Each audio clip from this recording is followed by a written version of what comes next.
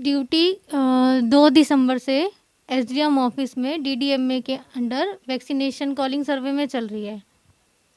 तो वहाँ पे डीडीएमए में शेख खान मेरे ही डिवीज़न के डिप्टी डिवीज़न वार्डन वहाँ काम करते हैं। 2 तारीख से आज 31 तारीख तक, मतलब मेरे साथ महीने में 5 से 6 बार मेरे साथ वर्बली सेक्सुअल हरेसमेंट करे, जिसमें वो सेक्सुअली फेवर मांगते थे मुझसे। लेकिन 31 तारीख को दोपहर का टाइम था, लंच टाइम में, तो मैं बैठी थी अकेले टेबल पे, कोई नहीं था।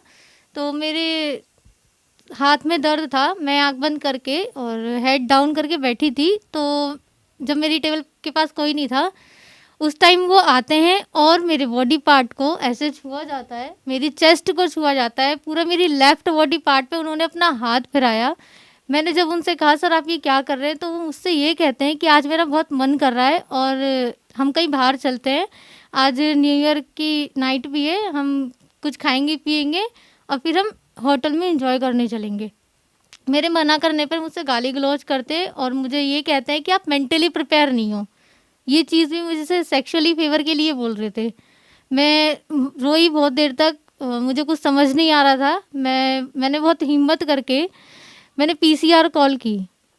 मेरे पीसीआर कॉल करने के बाद जब पुलिस वाले आते हैं तो डीपीओ अंजलि मैडम है, वो मेरे को पुलिस वालों से स्टेटमेंट देने से मना करती हैं कि इसको थाने में लेके चलते हैं, स्टेटमेंट इसकी वहाँ होगी। लेकिन जब मैं थाने में जाती हूँ, मेरे को वहाँ पे भी स्टेटमेंट नहीं देने दिया जाता। मैं वहाँ अकेली और मेरे डिपार्टमेंट के मेरे लोग मेरे वहाँ पहुँचने से पहले ही मौजूद थे। वो लोग 25 से 30 लोग थे और मैं वहाँ अकेली थी।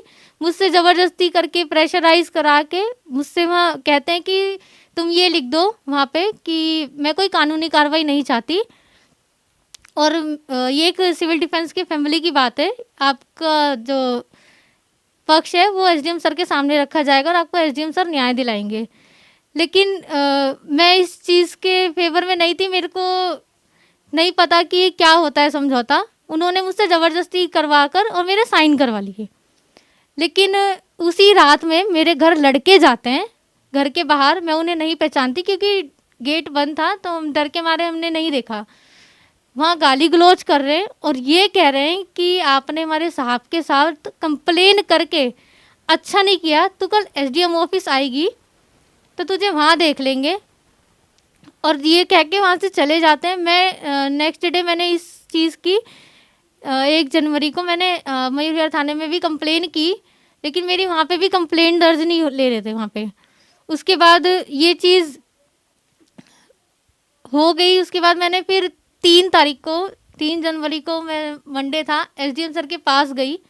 लेकिन मेरे वहाँ जाने से पहले ही गेट पे जब मैं एंटर हुई तो वहाँ शेख खान के साथ जो लड़के मौजूद थे, मैं उनको 3 लोगों को पहचानती हूँ, जिसमें से फैज़ान, चंदन शर्मा और मेराजुद्दीन को पहचानती हूँ। ये 3 लोग मौजूद थे और उनके साथ और भी कई लड़के थे। मेरे को वहाँ डर लगा इन लोगों को देख के। मैं वापस आ गई। मैंने वेट भी किया था कि हटे, लेकिन ये वहीं खड़े हुए थे। मैं इस डर के मारे मैं अंदर भी नहीं जा पाई।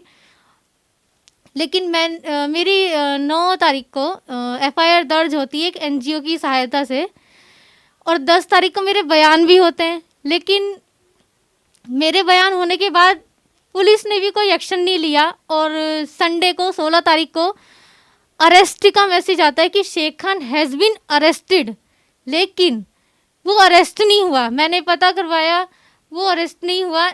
क्या मेरे लोग मेरे मरने का इंतज़ार कर रहे हैं कि मैं मर जाऊं तब मेरे साथ कोई न्याय होगा? अभी कोई लड़की मर जाती है या मैं ही मर जाऊं तो सब लोग मेरे फेवर में आएंगे, कैंडल लेके श्रद्धांजलि देंगे। लेकिन मैं जीते जी एक आवाज़ उठा रही हूँ कि मेरे साथ गलत हुआ है, लेकिन कोई साथ नहीं दे रहा मेरा। उनसे मेरी लक्ष्मी नगर थाने में सबसे पहले तो जब मैंने पीसीआर कॉल की थी तो उन्होंने मुझे वहाँ स्टेटमेंट ही नहीं देने दी थी, अंजलि दिवाकर। तो उसके बाद फिर थाने में ले जाती है, मुझे वहाँ पे भी स्टेटमेंट नहीं देने दी, ना मुझे अपने बयान देने दिए। और मेरे को वहाँ धमकी भी दे रही थी वहाँ पे कि तुम्हें एफआईआर करानी है तुम्हें, तुम कराओ, इसका करेक्टर सर्टिफिकेट मैं दूंगी। और मुझे थाने में ही शेख खान ने धमकी दी थी कि मेरे साथ अच्छा नहीं हुआ, तुझे मैं देख लूँगा। और मैं इस डर के मारे में ड्यूटी भी नहीं जा रही हूँ, क्योंकि मेरे को धमकी दी गई थी। शेख खान ने मुझे ये धमकी दी थी कि तूने किसी को, सीनियर को शिकायत की या तूने किसी पुलिस में कंप्लेन की तो मैं तुझे ड्यूटी से हटा दूंगा। नहीं, बस वो 31 तारीख को जब मैं थाने में कंप्लेन की थी, तो 31 तारीख को घर के बाहर रात में 1:30 बजे के समथिंग का टाइम था, वो लड़के आए थे और गाली गलौज कर रहे थे और यही बोल रहे थे कि मतलब हमारे साहब के साथ, तो शेख खान को कह रहे थे कि हमारे साहब के साथ कंप्लेन करके तूने अच्छा नहीं किया, तुझे देख लेंगे। नहीं, मेरे बयान भी हो गए लेकिन अभी तक कोई एक्शन नहीं लिया गया। और मेरे पास मैसेज भी आया है अरेस्टेड का, लेकिन कोई अरेस्ट नहीं किया गया उसको। की भी धमकी आ रही है। लेकिन अंजलि दिवाकर मैडम ने सोमवार को रात में 9 बजे का टाइम था, मेरे को व्हाट्सअप कॉल किया है उन्होंने। और उसने क्या कहा आपसे? मैंने व्हाट्सअप कॉल उठाई नहीं, क्योंकि मैं अपने आप को महफूज नहीं सेव नहीं समझ रही ना। मैं एक लड़की हूँ, मेरे साथ कुछ भी हो सकता है। मैं न्याय चाहती हूँ,